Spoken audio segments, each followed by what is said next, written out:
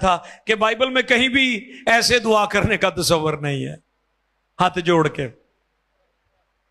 Bible میں کہیں نہیں لکھا. بائبل میں یہ تو ضرور لکھا ہے ہاتھ اٹھا کے دعا کرے. بائبل میں ہاتھ جوڑ کے دعا کرنے کی کوئی تعلیم نہیں. نوٹ کر لیں اس چیز کو. تے لکیر دے فقیر نہ بڑھیا کرو کہ جد کو سن لیا اسے پاسے طور پہ.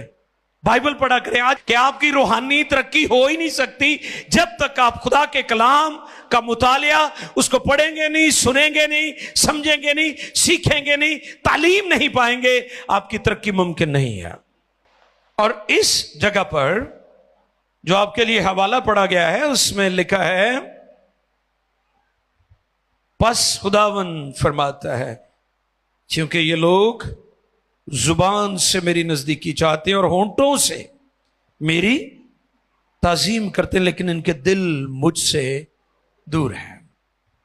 دوسرا حوالہ تھا یوحنا کی معرفت لکھی گئی انجیل 4 باب 23 اور 24 آیت ہے.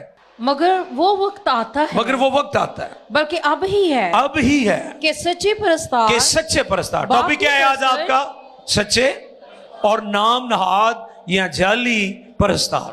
اچھا جی, بلکہ اب ہی ہے کہ سچے پرستار باپ کی پرستش روح اور سچائی سے کریں گے کیونکہ باپ اپنے لیے ایسے ہی پرستار ڈھونڈتا ہے. خدا روح ہے اور ضرور ہے کہ اس کے پرستار روح اور سچائی سے پرستش کریں. Thank you. میں نے پرستار کی تعریف آپ کے درمیان بیان کی. کیا ہے جی پرستار کی تعریف؟ فارسی لفظ ہے جس کا مطلب عبادت, پوجا, بندگی, تپسیا.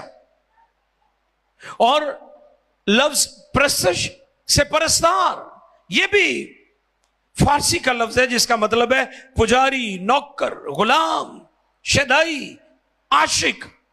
کتنے زبردست یہ معنی ہے ان کے.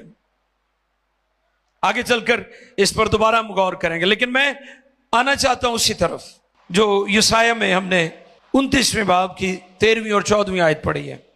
اس میں کیا لکھا ہے؟ پس خداوند فرماتا ہے چونکہ یہ لوگ زبان سے میری نزدیکی چاہتے ہیں اور ہونٹوں سے میری تعظیم کرتے ہیں لیکن ان کے دل مجھ سے دور ہے کیونکہ میرا خوف جو ان کو ہوا فقط آدمیوں کی تعلیم سننے سے ہوا. اس لیے میں ان لوگوں کے ساتھ عجیب سلوک کروں گا. یہ بڑی حیران کن بات ہے کہ جو دکھاوے کی عبادت کرتے ہیں. میں پھر کہتا ہوں کہ پرستش کا مطلب گیت گانا بجانا نہیں ہے بلکہ ساری عبادت اس میں شامل ہے. اس کے معنی بھی میں نے آپ کو بتا دیے کہ یہ فارسی لفظ ہے پرستش جو ہے جس کا مطلب عبادت ہے, پوجا ہے, بندگی ہے اور تپسیا ہے. اور خدا کہتا ہے کہ اس لیے میں ان لوگوں کے ساتھ عجیب سلوک کروں گا. اچھا, یہ جو عجیب سلوک ہے نا یہ حیران کن بات ہے. یعنی خدا دکھاوے کی عبادت کو ناپسند کرتا ہے اور الٹیمیٹلی حتمی طور پر پھر خدا ان کی ججمنٹ کرتا ہے. اور کیا کرتا ہے؟